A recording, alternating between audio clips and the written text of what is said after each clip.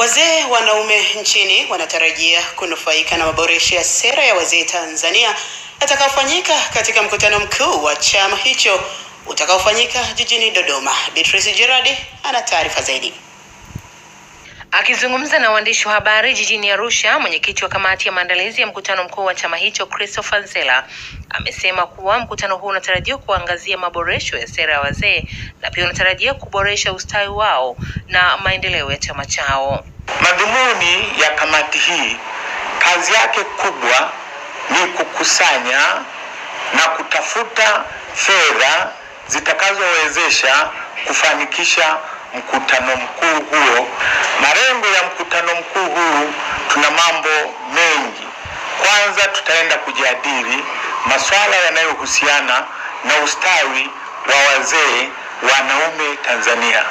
Lakini lengo la pili, kutakuwa na marekebisho ya katiba yetu ili iweze kuendana na wanaume wa Tanzania wana mahitaji gani. Upande wake, rais wa chama cha wazee Tanzania Tadei Mtena ameeleza kuwa maandalizi yamekamilika, huku wakiwataka wazee wenye vigezo kuendelea kujiunga na chama hicho. Mkutano mkuu wetu wa kwanza utakuwa ni wa kwanza tangia tumeanzisha chama 2021. Tulipata usajili tarehe 5 mwezi wa 10 2021. Kwa hiyo utakuwa ni mkutano wetu mkuu wa kwanza.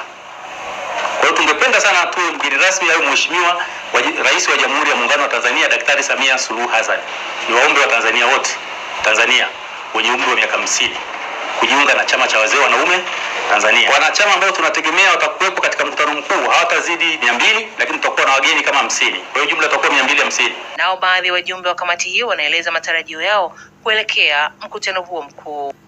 Na hivyo tunatoa rai kwa wadau mbalimbali, taasisi mbalimbali, serikali, watu binafsi, sekta binafsi waweze pia kuchangia kwa mawazo, kwa fedha, ili kuweza kuona kwamba tunafanikisha mkutano huu mkuu ambao ni jambo la msingi sana. Kuelekea mkutano mkuu wa chama cha wanaume wazee, tutashirikiana na kamati na viongozi ili kufanikisha mkutano mkuu wa chama cha wanaume wazee Tanzania. Mkutano mkuu wa chama cha wazee wanaume Tanzania unatarajiwa kufanyika mwezi Machi mwaka huu jijini Dodoma, ambapo zaidi ya wajumbe 250 wanatarajia kuhudhuria. Beatrice Gerard, Star TV, Arusha.